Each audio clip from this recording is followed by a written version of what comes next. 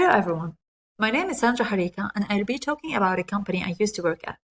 Many managers and leaders nowadays are challenged by numerous issues that arise, and knowing how to manage effectively is a truly complex task.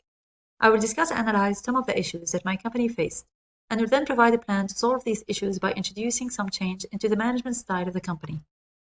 Q Design is an architectural firm headquartered in Saudi Arabia, Riyadh, and has a branch in Egypt. This firm covers the architectural, engineering, and interior design needs of any firm, in many sectors, including corporate, commercial, retail, and residential. Like any other company, Q Design has been through many organizational issues. We'll review the cultural environment of the company as well as its motivational and communication environment. The company's workforce was composed mainly of males. 70% were Lebanese and the rest Asian from the Philippines. A more inclusive environment would definitely make it more competitive, creative, and flexible. New employees didn't go on orientation sessions. Socialization was definitely lacking, and a lot of pressure was put daily to meet deadlines. The company adopted Taylor's concept of scientific management by focusing on output maximization and neglecting employees' needs and attitudes. Working hours were long and not flexible, causing stress to meet the balance between work and life. No mentoring, training programs, or events were in place. A culture of fear was established. A positive, safe culture needed to be installed in the company, and managers should treat employees as assets. Training, development, mentoring, and socialization should always be present, and feedback should be given regularly to employees. Motivation is one of the main factors that leads to high individual and organizational performance. Knowing what motivates people requires efforts from managers, especially in highly inclusive environments. In the firm I worked for, the expectancy theory for motivation was applied. My manager tried to match the tasks to the qualifications of the employee, and in return they expected a reward for their performance. These were mainly bonuses, promotions, flexible day offs. Yet management didn't ask employees what they would prefer, so motivation wasn't always effective. The equity theory was hard to apply in my company since rewards were mainly pay raises whose amount weren't publicly declared, making it difficult to compare. The company should have worked more on its goal-setting theory, since setting clear goals would lead to higher performance and more satisfaction. Yet my manager during any project briefing used to be too general, making the desired result too ambiguous and harder to understand and reach.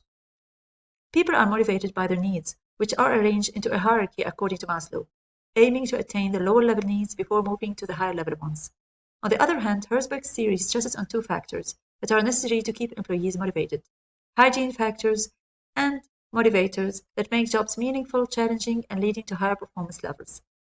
Everyone has a role in the motivation process. Organizations should provide the right environment for employees, clarify their goals, empower employees, communicate honestly with them about rules, changes, and the importance of their role in the company and the society. Managers should motivate employees, understand the diversity of the workforce, challenge them with opportunities and new tasks. Communication is inevitable, yet doing it effectively is what matters. It's an essential process that ensures success in decision-making and leadership. In my company, a downward communication was employed. Employees' voices and ideas weren't much heard. Decisions were made by the top-level managers and communicated through an autocratic style. This is harmful for the company since many ideas were omitted, and many alternative ways of doing the job would have risen. Also, project briefings were interrupted many times by phone calls. Managers' lack of clarification while praising some and not others go to frustration. The other barrier for communications that my company suffered from were the time pressures and the status differences. Managers didn't view communication as a priority task and were always postponing it. The fear culture in my company created a large gap between employees and supervisors, which distorted communication. Many adjustments must be made in my company to better communicate, like turning off cell phones during meetings, encouraging two-way communications, building relationships between workers and supervisors, and setting communication as a priority. My company had trouble communicating effectively with its local Saudi clients. Hiring a local architect gave advice about how to best engage with them. Other than adopting the common approaches to overcome poor communication, like repetition, active listening, and follow-ups, storytelling offers a key communication solution in a diverse environment, since stories are memorable, easy to understand, and establish a common ground with others. Managers should master and manage change constantly and rapidly in order to succeed. Everyone in the company must be flexible, creative, and open, and must view change as a challenge. To resolve the issues that my company faced, management change intervention is essential.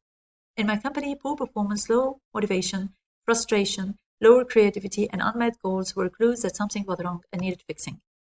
Many approaches for change should be adopted. Structural, by establishing more diversified recruitment policies, re-engineering the processes and systems, flattening organizations' hierarchy, adopting a management by objectives approach, setting a new reward system, human capital approaches by team building and training everyone in the company to become more conscious about the importance of diversity, establishing a learning organization philosophy, hiring a local change agent, task approaches by changing work schedules and keeping them flexible, redesigning jobs to be more challenging and meaningful, planning and scheduling work distribution, technological approaches by installing new software that helps employees do their jobs faster, planning and scheduling workflow to give more time for communication. All these approaches to change won't lead to any long-lasting success unless individuals are receptive to change and management is showing full support and commitment. One should give people and organizations a reason to change, involve them in the process, communicate with them constantly. Companies should think proactively and reactively about change. The more proactive they get, the less reactive they need to be. We'll end up with this powerful quote about management by Steve Jobs. It's not about money, it's about the people you have and how you're led. It shows the importance of management and stresses on the fact that even if someone has so much money to create his own business, success lies within the people and the leader.